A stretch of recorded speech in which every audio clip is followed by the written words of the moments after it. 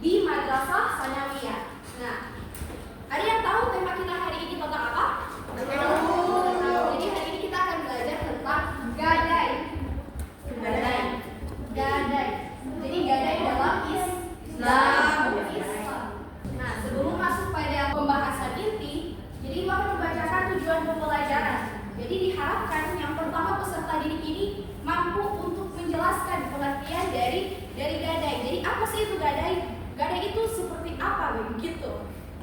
Kemudian yang kedua, peserta didik ini mampu untuk menyebutkan dari baik itu dari syarat, kemudian ada rukun dan juga hukum dari gadai. Nah, tujuan pembelajaran yang ketiga itu peserta didik mampu untuk menjelaskan manfaat dari gadai. Nah, sebelum masuk pada gadai dalam hukum Islam, ada yang masih ingat pembelajaran terakhir kali kita tentang fikih itu membahas soal apa? Fikih apa? Fikih ibadah. Tentang sholat. Rukun sholat. Yang membatalkan sholat. Jadi masih pada ingat ya soal materi. Ini udah makan semua. Baik, jadi Ibu sudah memberikan PowerPoint di grup kelas kalian. Coba dibuka, HP-nya dibuka. Ibu kasih waktu 2 menit untuk membaca. Ibu rasa cukup ya 2 menit? Baik, kita lanjut. Coba Ibu minta untuk semuanya berdiri dulu. Berdiri, kita stretching, kita peregangan supaya nanti pas belajar tuh lebih semangat. Jadi cara mainnya makin lama temponya makin cepat. Oke, paham? Coba Ibu.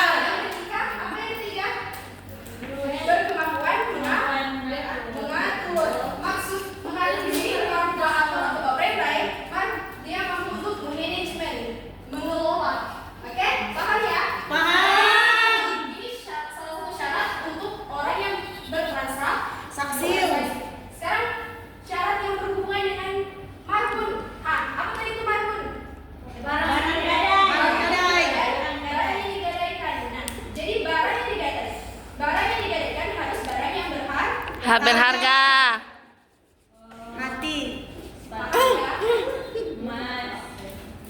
Nah, jadi barang yang kenapa harus barang yang berharga? Contoh, ketika dia tidak mampu untuk melunasi hutangnya dan sudah masuk pada tempo pembayaran hutang, maka barang tersebutlah yang diblok untuk menutupi hutangnya. Betul sekali. Nah, jadi harus barang yang berharga atau barang yang Bernilai. Kita masuk pada apa yang terakhir? Hukum Gadai. Hukum gadai. Nah, jadi hukum gadai ini tercantum dalam Quran surah apa? Ada yang tahu? Al-Baqarah ayat 283. 283. Mawadah bisa bacakan? Ada.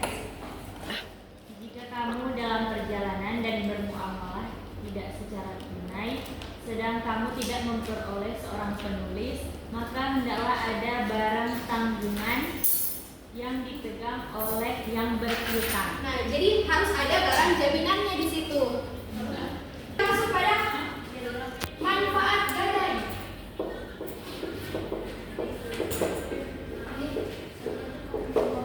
Manfaat gadai yang pertama. Jadi manfaat gadai ini ada manfaatnya untuk tiga belah pihak. Maksudnya ada manfaat untuk si penggadai, ada manfaatnya untuk penerima gadai, dan ada manfaat bagi kedua belah pihak. Jadi manfaat gadai untuk orang yang menggadai itu apa? Memperoleh sesuatu dengan cepat.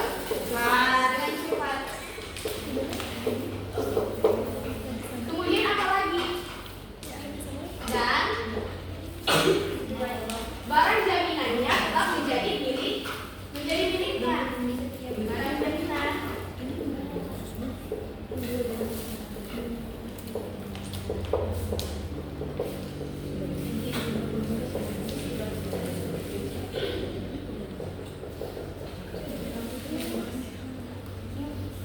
Nah, jadi barang jaminan tetap menjadi kepemilikannya.